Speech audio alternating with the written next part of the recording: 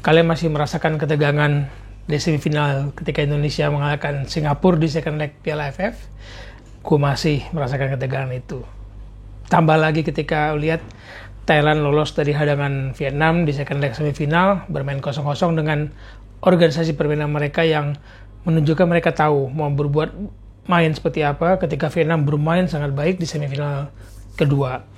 Sebelum kita bahas data-data dan fakta pertemuan atau catatan antara Indonesia dan Thailand sejarah pertemuan maupun statistik di Piala AFF 2020 ini, gue mau membacakan ada kutipan unik dan lucu, bagi gue sangat ngena gitu, dari teman kita wartawan dari dulu tablet bola bareng-bareng gue, sekarang di bolasport.com, di Widya Miko.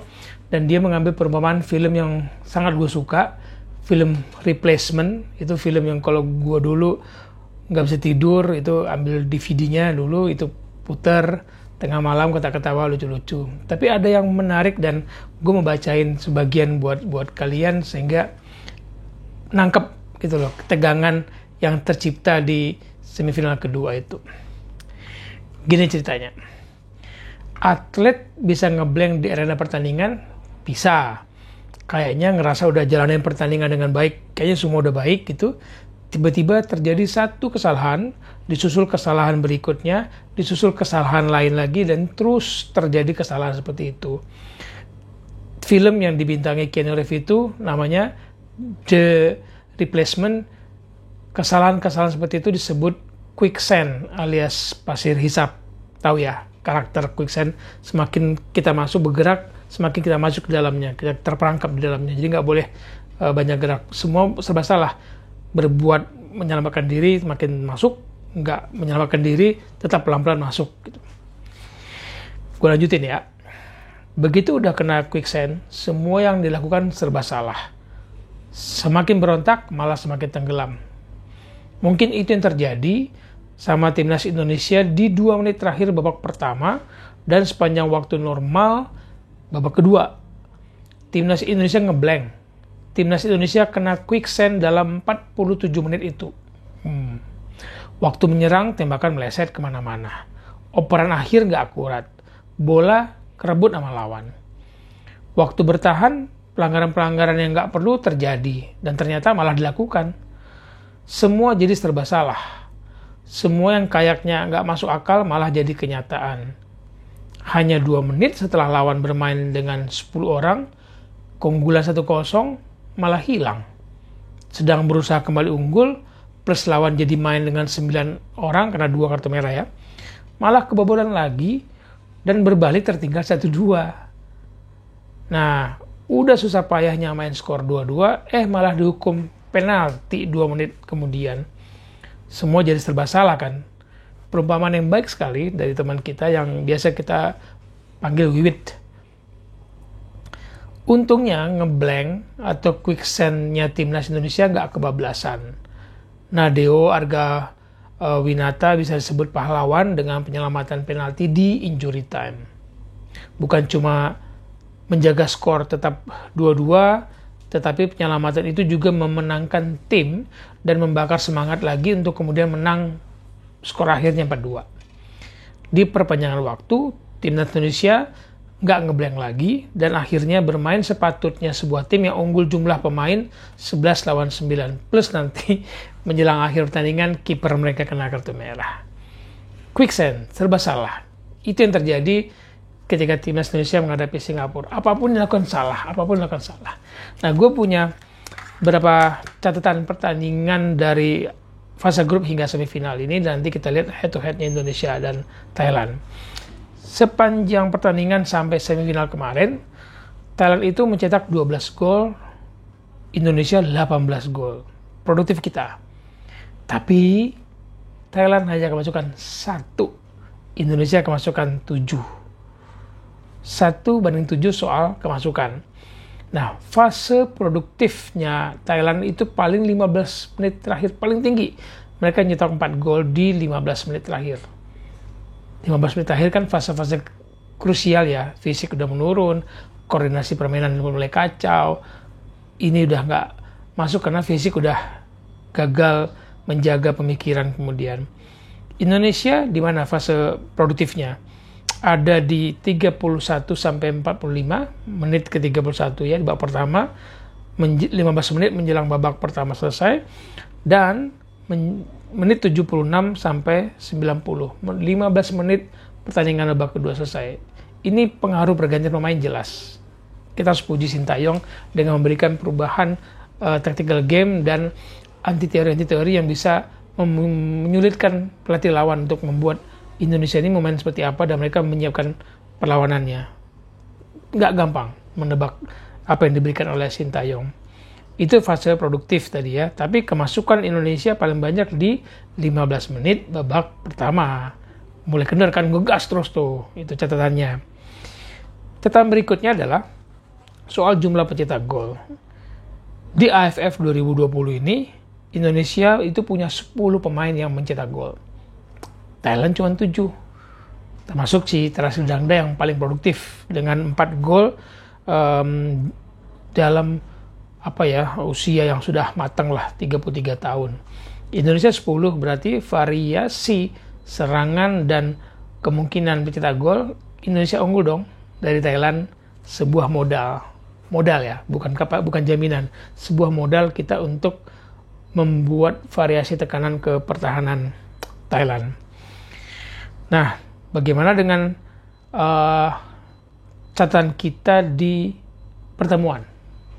Kalau dari dalam 78 pertemuan terakhir, kabarnya catatannya adalah Thailand memang lebih unggul dari kita dengan 39 kali Thailand unggul, kita cuma 25 dari total 78 pertemuan terakhir. 14-nya bermain imbang kita. Bagaimana dengan 12 pertemuan hanya di Piala AFF? Kita masih punya target hanya Piala AFF ya. Dari 12 pertemuan itu, terlepas dari laga adu penalti ya, kita cuma menang 2 kali, imbang 2 kali, kalah 8 kali.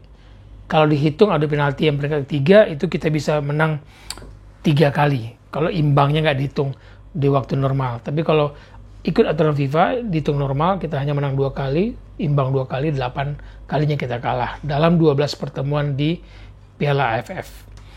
Bagaimana dengan 9 pertemuan terakhir? All competition, Indonesia cuma punya 2 kemenangan, 1 kali seri.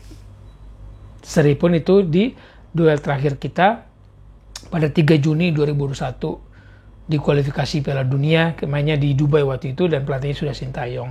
Kita bermain 2-2, Thailand unggul 2 kali ya, 1-0 di menit ke-5, terus kita menyamakan melalui Kadek Agung Widnyana di menit ke-39, terus Thailand unggul lagi 2-1 di menit 50, lalu skor 2-2 lewat Evan Dimas di menit ke-60. Itu catatan 2 pertemuan terakhir melawan Thailand. Berarti kita nggak boleh takut dong, nggak boleh inferior terhadap Thailand meskipun catatan pertemuannya mengunggulkan Thailand. Tapi di pertemuan terakhir di kualifikasi Piala Dunia di Dubai kita bisa bermain 2-2 kok. Semifinal sudah menunjukkan kita bisa mencetak gol banyak di semifinal AFF. Di pertandingan juga lawan Malaysia kita bisa buktikan kita bisa menyerang. Thailand pasti takut, was-was.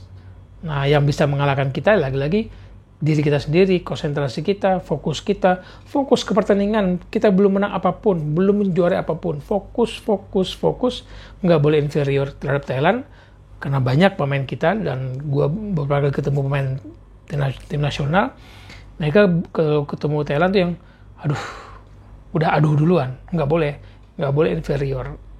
Witan, Asnawi dan kawan-kawan, Pratama harus yakin bahwa mereka bisa bermain lebih baik dari pertemuan terakhir 2-2 itu. Nah, terakhir kali kita menang atas Thailand kapan dong? Terakhir kali kita menang 14 Desember 2016 di Piala AFF itu. Skornya 2-1, mainnya di Pekansari. Terasil Dangda membawa Thailand unggul duluan dalam pertemuan itu di Stadion Pekansari di Piala AFF menit ke-33. Terus skor disamakan oleh Rizky Pora di menit ke-65, lalu menit ke-70 Hansa Muyama membawa kita unggul memanfaatkan umpan Rizky Pora. Assist dari Rizky Pora membuat Indonesia unggul 2-1. pelatihnya Alfred Riedel ketika itu ya. Nah tapi 4 laga setelah terakhir kali kita menang itu adalah 3 kali kalah, 1 kali seri yang di Dubai itu, di pertemuan terakhir tadi bersama Sintayong. Nah kenapa juga salah satu angle judul gua mengatakan Indonesia 0, Thailand 3. 3 pertemuan sudah terjadi antara Indonesia dan Thailand di final Piala AFF dan 3-3-nya dimenangkan oleh Thailand. Makanya gue menyebut Indonesia 0, Thailand 3, dan ini momentum kita membalas itu. Ini momentum kita memperbaiki itu. Ketika di tahun 2000 kita kalah 1-4 di final. Tahun 2002 kita kalah adu penalti menghadapi Thailand, skor 2-2 dan akhirnya kita 2-4. Bejo Sugentoro gagal melakukan eksekusi, lalu juga Firmansyah. Kita kalah 2-4 dalam adu penalti. Final terakhir di 2016 Indonesia main 2 leg, menang 2-1 tadi di Jakarta, di Pakansari, kemudian kita kalah 0-2 di Thailand. 2016 itu final yang terakhir antara kita dan Thailand. Ketemu lagi di final di 2020. Apa yang kita bisa lakukan, apa yang bisa kita perbaiki, bisa. Tadi sudah ada aspek-aspeknya ya, soal produktivitas gol kita lebih banyak, pemain yang mencetak gol kita lebih banyak. Thailand cuma punya 7 pemain yang mencetak gol, kita punya 10. Thailand cuma produktivitasnya dari semua pertandingan AFF 2020 ini hanya mencetak 12 gol, kita 18 gol. Hanya kemasukan kita banyak. Lalu apalagi? Soal anak muda, soal usia, kita unggul selama fisik stamina kita masih terjaga dan jangan melakukan kesalahan-kesalahan yang kemudian berbuat seperti quicksand, jadi pasir pengisap. Salah, lalu kemudian kehilangan kepercayaan diri, walaupun pelajaran dari Singapura, lawannya sudah kena kartu merah 2 kali, bahkan 2 orang sebelum kiper, malah kesalahan yang kita lakukan berulang-ulang, entah di depan, entah di belakang, bikin deg-degan sport jantung kan. Siapa yang tahan nonton timnas kalau sport jantung terus-terusan begini? Nggak boleh jantungan. Karena itu pemain nasional kita, semoga mereka bisa tetap fokus, konsentrasi ke pertandingan, ikuti instruksi pelatih, dan jangan inferior melawan Thailand. Catatan sejarah head to head itu biarkan menjadi hiasan bumbu saja, karena yang menentukan adalah pemain saat ini. Seperti pelajaran yang FIFA katakan, masa lalu adalah untuk dikenang, masa sekarang untuk dipelajari, masa depan untuk diantisipasi. Kita mengantisipasi dengan membangun sepak bola kita harus semua pihak membangun dengan youth development, youth competition, dan coaching education, tapi yang masa sini harus kita menangkan, kita perjuangkan, dan kita berharap kita support tim kita yang ada di Singapura untuk tetap main fokus, menjaga pertandingan dengan sikap tidak inferior bahwa Thailand adalah sama dengan kita dan kita bisa mengalahkan. Terbukti ketika di Dubai kita bisa bermain 2-2 dengan waktu persiapan yang minim bersama pelatih baru kita Sintayong. Itu catatan dari final AFF 2020 ini. Sebelum membahas aspek-aspek lainnya, ini catatan data dan fakta plus sekelumit cerita bagaimana quicksand itu benar-benar membuat kita jantungan menonton timnas Indonesia melawan Singapura di semifinal leg kedua. Sampai ketemu di pembahasan What with West lainnya, kita cari-cari pembahasan yang unik dengan cara yang menarik. Salam bola untuk kebaikan.